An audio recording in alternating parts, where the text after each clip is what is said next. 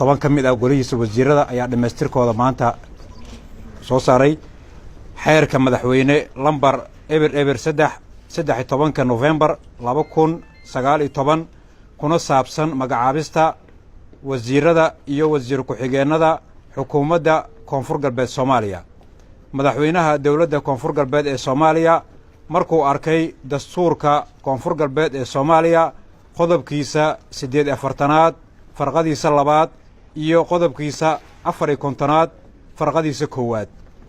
markuu la tashaday baarlamaanka dawladda Koonfur Galbeed ee Soomaaliya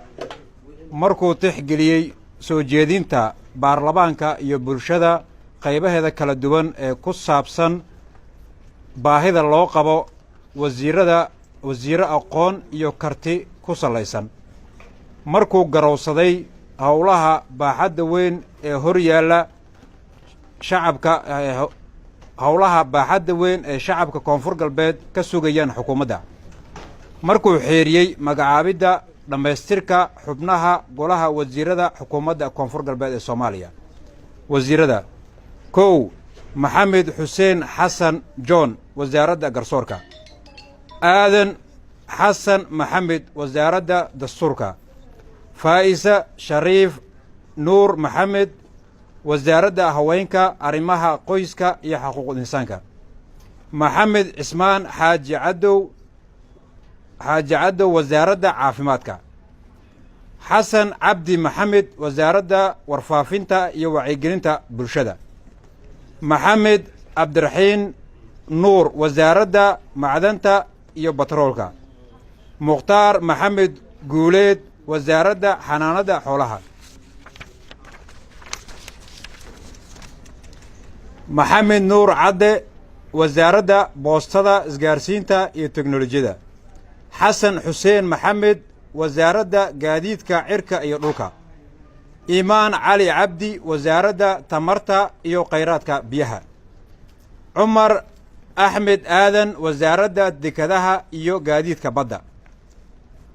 Cabdinaasir Cabdi Caruush wasaaradda gargaarka iyo maaraynta musiibooyinka, Cabdi Maxamed Cali wasaaradda dhalinyarada iyo ciyaaraha, Cabdulaahi Cabdiraxmaan Ibraahim wasaaradda awqaafta iyo diinta,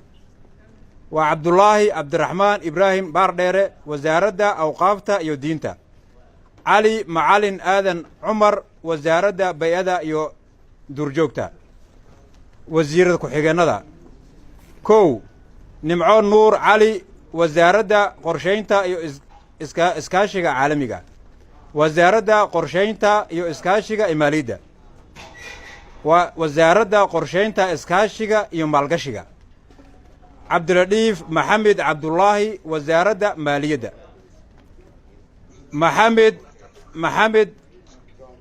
Maxamed Ciise wasaaradda arrimaha gudaha iyo dawladda hoose, Isaaq Boorow Isaaq wasaaradda amniga gudaha, Xasan Sayid Cali Cadow wasaaradda beeraha iyo waraabka, Shamso Sheekh Ibraahim wasaaradda shaqada iyo shaqaalaha, Jibriil Maxamuud Aadan wasaaradda waxbarashada, Cabdulle Cabdi wasaaradda kalluumaysiga iyo khayraadka badda, Maxamed Cali Calow Gaani wasaaradda howlaha guud iyo dibudejinta, Cabdisalaan Cabdulaahi Baasey wasaaradda ganacsiga iyo warshadaha, Shamsa Maxamed Yarow wasaaradda haweenka arrimaha qoyska iyo xuquuqda insaanka, Cabdulaahi Warsame Dhowfaan wasaaradda dastuurka, Maxamed Aadan Maxamed wasaaradda warfaafinta wacyigelinta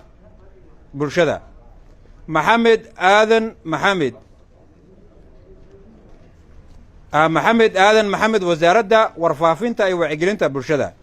Cismaan Cabdi Muuse wasaaradda caafimaadka, Aadan Maxamed Cusmaan wasaaradda macdanta iyo batroolka, Yuusuf Aadan Gurtaale wasaaradda xanaanada xoolaha, Cabdixakiin Faarax Cumar wasaaradda boostada isgaarsiinta iyo teknolojiyada,